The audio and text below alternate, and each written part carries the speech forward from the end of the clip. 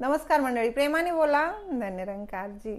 बघा 2-3 दिवसापूर्वी दासीनं सद्गुरू माताजींनी समागममध्ये पहिल्या दिवशी आपल्याला काय काय सांगण्याचा प्रयत्न केला हे दासीनं थोडक्यामध्ये मांडलं होतं. बऱ्याचशा चुका दासीकडून झाल्याही असतील, क्षमा असावी. पण आज दुसऱ्या दिवशी, समागमच्या दुसऱ्या दिवशी सद्गुरू माताजींनी आपल्याला काय सांगितलं, काय शिकवलं याबद्दल थोडीशी चर्चा करूयात. दासीकडून जरी काही चुकलं तरी दासीला उदार अंतकरणाने क्षमा असावी. प्रेमाने बोला. धन्यरंकारजी. बघा, सद्गुरू माताजी पहिल्या दिवशीच्या प्रवचनामध्ये सुरुवातीला सांगतायत की सकाळी सकाळी जी सेवादल रॅली असते, दुसऱ्या दिवशी सेवादल रॅली असते. आता त्या रॅलीमध्ये सेवा वेगवेगळ्या प्रकारच्या झाल्या. कोणी स्किटच्या माध्यमातून, म्हणजे कोण देखावे करतं, कोण नृत्य करतं सद्गुरूच्या समोर, म्हणजे सद्गुरूला खुश करण्यासाठी. बघा, मग सद्गुरू सांगतायत की सेवा ही फक्त कुणाला दाखवण्यासाठी नाही, की मी किती शरीर रूपानं सेवा करते, मी थकत सुद्धा नाही, किंवा मी किती धनरूपानं सेवा करते, माझ्या एवढी सेवा कोण करतच नाही. ही सेवा म्हणजे हा भाव नाही हो. सेवा समर्पित असते. एके ठिकाणी बाबाजी सुद्धा म्हणतात ना की समर्पणाविन भक्ती माझी अनिक चाले ना युक्ती. भक्ती माझी युक्ती चलतच नाही हो. त्यामुळे सेवा ही दिखावटीसाठी नाहीच. बाबाजी एके ठिकाणी म्हणतात की दिखावटीचा भाव नको, सेवा करावी तन्मयतेने, अनुशासनही मोडू नको. म्हणजे मला दिखावटीसाठी सेवा करायची नाही. सद्गुरू सुद्धा मला हेच शिकवण्याचा प्रयत्न करतोय. आणि ज्यावेळेस मनामध्ये दिखावटीचा भाव येईल ना, त्यावेळेस मात्र मनाची अवस्था बिघडून जाते. का तर कुठंतरी मनामध्ये अहंकार येतो की हे मी केलं. मग आम्हाला माहिती आहे करता करविता भगवंत आहे. ह्याच्या इशाऱ्याशिवाय, ह्याच्या सत्तेशिवाय झाडाचं एक पानही हलू शकत नाही. तर मी सेवा कशी करेन? मग कुठेतरी जवळ माझ्या मनामधला तो भाव निघून जात नाही करतेपणाचा, की करता करविता तूच आहेस भगवंता, तुझ्यामुळे सगळं काही होतंय, भाव जोपर्यंत माझ्या मनामध्ये येत नाही तोवर माझी भक्तीला सुरुवात होत नाही. आता बऱ्याच वेळेस आपण काही काही गोष्टी फक्त विचार करण्यापुरत्याच मर्यादित ठेवतो. म्हणजे बराच वेळ आपण विचार करत असतो की मी असं करणार, मी तसं करणार, पण ते होत नाही. म्हणजे आपण अंगीकारत नाही.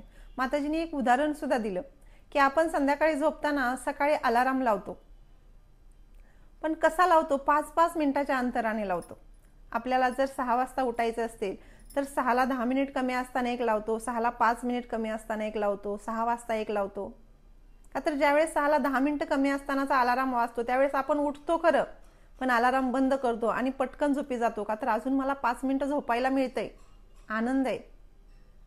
ज्यावेळेस दुसरा अलाराम वाजतो त्यावेळेसही आपण उठतो, बंद करतो आणि अजून आनंदानं 5 मिनिटासाठी झोपतो. पण विचार जर करायला गेलं तर आपल्याला उठायचं कितीला होतं? 6 वाजता. मग अगोदरचे 10 मिनिटं आपण फुकट वाया घालवले हो. जो झोपीचा आनंद आपण घेतोय ना, खरं तर तो आनंद नव्हताच. का तर मी 6चा अलाराम लावून बरोबर 6 वाजता सुद्धा उठू शकते. म्हणून माताजी म्हणतायत कुठेतरी सोप्या गोष्टी मी अवघड करून बसते. ते असतं खूप सोपं, पण मी त्याला अवघड करते. सद्गुरू खूप छोट्या छोट्या गोष्टी सांगतोय हो. सद्गुरू म्हणतायत की आत्ममंथन मला करायचंय, तर एखाद्यानं मला बऱ्याचदा आपल्याकडून होतं की मला कोणीतरी हा शब्द असा बोलले, सत्संगमधले महात्मा असतील, इतर सामाजिक कुठलेही महात्मा असतील, मला ते महात्मा असं बोलले आणि मी ते माझ्या डोक्यातलं जातच नाही वर्षानुवर्ष. मग मला याचंही आत्ममंथन करायचे की ते मी माझ्या डोक्यात ठेवून मला फायदा काय झाला? फायदा होण्याच्या उलट मला तोटाच होतोय. का तर मला नुसता त्रास होतोय त्या शब्दाचा. आठवला मला जसा तो शब्द आठवतोय तसं मला त्याचा त्रास होतोय. मग कुठंतरी मला ते घ्यायचंच नाही. बऱ्याच वेळेला आपण गौतम बुद्धांचं सुद्धा उदाहरण ऐकतो की एखादा माणूस बुद्धांना शिव्या देतोय. शिष्य म्हणतात की तो माणूस तुम्हाला शिव्या देतोय तरी तुम्ही एवढे शांत का? त्यावेळेस बुद्ध त्यांना सांगतायत, शिष्यांना सांगतायत की तो देण्याचं कार्य करतोय, पण मी ते घेतलंच नाही. मग मला या गोष्टीचं आत्ममंथन करायचे की ज्या गोष्टीची मला गरज नाही ती मी का घ्याव्या? का? ज्या माझ्या हिताच्या सुद्धा नाहीत. मग सद्गुरू मला हे मंथन करायला सांगतोय. सद्गुरू आत्ममंथन हा विषय मला सद्गुरूंनी का दिला? तर मला खरंच ह्या छोट्या छोट्या गोष्टींचा विचार करायचा आहे. मला माझ्यामध्ये परीक्षण करायचे, मला माझ्यात उतरायचे. तेवढा वेळ मी मला द्यायचा आहे, जेवढा वेळ मी दुसऱ्यांमध्येच बघत बसले. ह्याच्या चुका अशा, हा असं करतोय. दासीकडे सुद्धा तो अवगुण आहे की एखादा जर व्यक्ती काय बोलला तर लवकर जात नाही बाहेर, डोक्यातच राहतं. म्हणजे ह्याचा अर्थ असा आहे की ती मी घेते. सद्गुरू माताजी कृपा करा की तो अवगुण दासीच्यातला कमी व्हावा. दासी प्रयत्न सुद्धा नक्कीच करेल. मग सद्गुरू मला शिकवण्याचा काय प्रयत्न करतायत आणि मी काय शिकते ह्याचं मला आत्ममंथन करायचं. सद्गुरू सांगतायत की जर मी रस्त्याने जात असताना मला रस्त्यामध्ये कुठं कचरा पडलेला दिसला तर तो कचरा मी माझ्या पर्समध्ये किंवा मी माझ्या बॅगेमध्ये का उचलून ठेवावा? मी त्याला डस्टबिनमध्ये, कचरा कुंडीमध्ये टाकू शकते. म्हणजे हे दुसऱ्यांचे वाईट विचार, जे काही बोलणं असेल वाईट, ते मी का माझ्याजवळ घेऊन बसायचे?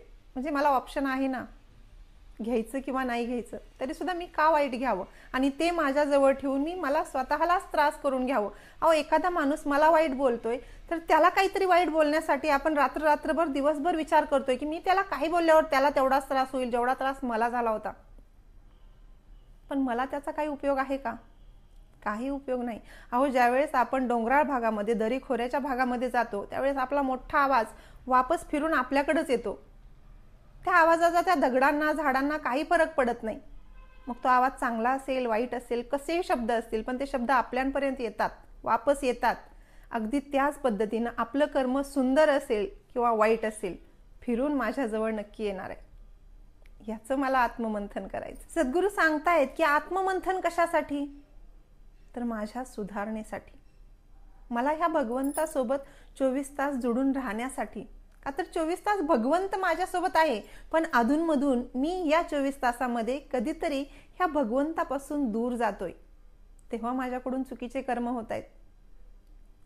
आणि माझ्याकडून चुकीचे कर्म होत आहेत, मी चुकते, याचा फरक भगवंताला काही पडणार नाही हो. देवाला काय होणार आहे मी कितीही चुकले तरी? त्याला काही फरक पडणार नाही. फरक पडणार आहे तो मला. का तर कर्माचा फेरा मला भोगायचा आहे. देवाला फरक काहीच पडणार नाही. मग सद्गुरू सांगतायत काय? आत्ममंथन विषय मला का देतायत? का तर या आत्ममंथनानं मला कुठंतरी अवगुण बाहेर घालवायचेत, माझ्यातले अवगुण एक एक कमी करायचेत, मला गुण घ्यायला शिकायचे, मला गुणवान व्हायचे. आणि ज्यावेळेस सद्गुरूंची आपण मुलं आहेत ना, ज्यावेळेस आपण गुणवान होऊ ना, त्यावेळेस नक्कीच माझ्या सद्गुरूला खूप आनंद होणार आहे. आणि सद्गुरूचा फक्त आणि फक्त हाच प्रयत्न आहे, हा आत्ममंथन विषय देऊन सुद्धा, की त्यांना फक्त आपल्याला गुणवान करायचे. मग कोणत्या पद्धतीने आपण गुणवान होऊ शकू? तर सद्गुरूचं एक एक वाक्य मला माझ्या आचरणामध्ये उतरवायचे. सद्गुरू माताजी म्हणाल्या की काही काही असेही लोक असतात जे स्वतःच्या चुका तर मान्य करतच नाहीत, म्हणून दुसरं जर कोण त्यांना काही बोलायला गेलं तर उलट अजून भडकतात की तुम्ही स्वतःला शहाणं समजता का? जणू काय तुम्ही मला एवढं सांगायला स्वतः तेवढं परफेक्ट आहेत का? सद्गुरू माताजी म्हणतात की संतांची, महात्म्यांची अशी वचनं बिलकुल निघत नाहीत. संत महात्मा दुसऱ्यांची मनं जपतात, ते दुखवायचं कार्य करत नाहीत. नाहीतरी दैवीय गुण, मानवता ह्या ब्रह्मज्ञानानंतर माणसाच्या मनामध्ये येतातच. ते अगोदरच जन्मजात असतं माणसामध्ये, पण कुठेतरी ह्या संसाराचा वारा लागल्यामुळं ते कुठेतरी कमी झालेलं असतं. ते ब्रह्मज्ञानानंतर माणसामध्ये येतं, पण ते सुद्धा माझ्यामध्ये आहे का नाही हे पाहण्यासाठी आत्ममंथन आहे हो. नाहीतर सद्गुरू सांगतात की नेमकं कोणत्या गोष्टीवर आत्ममंथन करायचं? ज्या गोष्टी विचार करायची गरज सुद्धा नाही अशा गोष्टीवर आत्ममंथन करत बसायचंय का? छोट्या छोट्या गोष्टी असतात विनाकारण कोणत्याही, त्या गोष्टीवर आत्ममंथन करायचं नाही. जसं की दिवसभरातून बऱ्याचशा गोष्टी घडलेल्या असतात, पण काहीतरी महत्त्वाच्याच गोष्टी माझ्या लक्षामध्ये राहतात, म्हणजे त्या महत्त्वाच्या असणाऱ्या गोष्टी, कुठेतरी त्या गोष्टीबद्दल मला आत्ममंथन करायचे. नाहीतर विनाकारणच्या गोष्टीवर आत्ममंथन करून सुद्धा फायदा होणार नाही. शेवटी सद्गुरू सांगतायत की माझ्यामध्ये सेवाभाव असणं गरजेचं आहे. माझं मन ह्या निराकाराच्या सुमरणामध्ये तल्लीन असणं महत्त्वाचं आहे. संत महात्म्यांचे विचार ऐकून ते फक्त कानापर्यंतच मर्यादित न ठेवता ते मला रोजच्या व्यवहारामध्ये, रोजच्या जीवनामध्ये आत्मसात करता यावे, कुठेतरी याचं मला आत्ममंथन करायचं आहे. दुसऱ्या दिवशी सद्गुरू माताजींनी जे काही विचारामध्ये सांगितलं ते तुमच्या पुढं थोडक्यामध्ये दासीनं मांडण्याचा प्रयत्न केला आहे. भरपूर चुका झाल्या असतील तरी दासीला उदारांतकरणाने क्षमा असावी. दासीचे व्हिडिओ जर तुम्हाला आवडत असतील तर आपल्या इतर सत्संगी बांधवांपर्यंत सुद्धा पोहोचवायला विसरत जाऊ नका. व्हिडिओला लाईक करायला विसरत जाऊ नका. कमेंटमध्ये तुम्हाला आवडलं का नाही हे सांगायला सुद्धा विसरत जाऊ नका. हाईपचा ऑप्शन आहे ते हाईपही देत जा. कुठेतरी पॉईंट मिळाल्यामुळं हे यूट्यूब चॅनल जास्त लोकांपर्यंत व्हिडिओ पाठवत असतं. दासीला त्यातली भरपूर माहिती नाही, पण तरी सुद्धा सांगण्याचा प्रयत्न करते. काही चुकलं असेल तर दासीला उदारांतकरणाने क्षमा असावी. प्रेमाने बोला. धन्य निरंकारजी.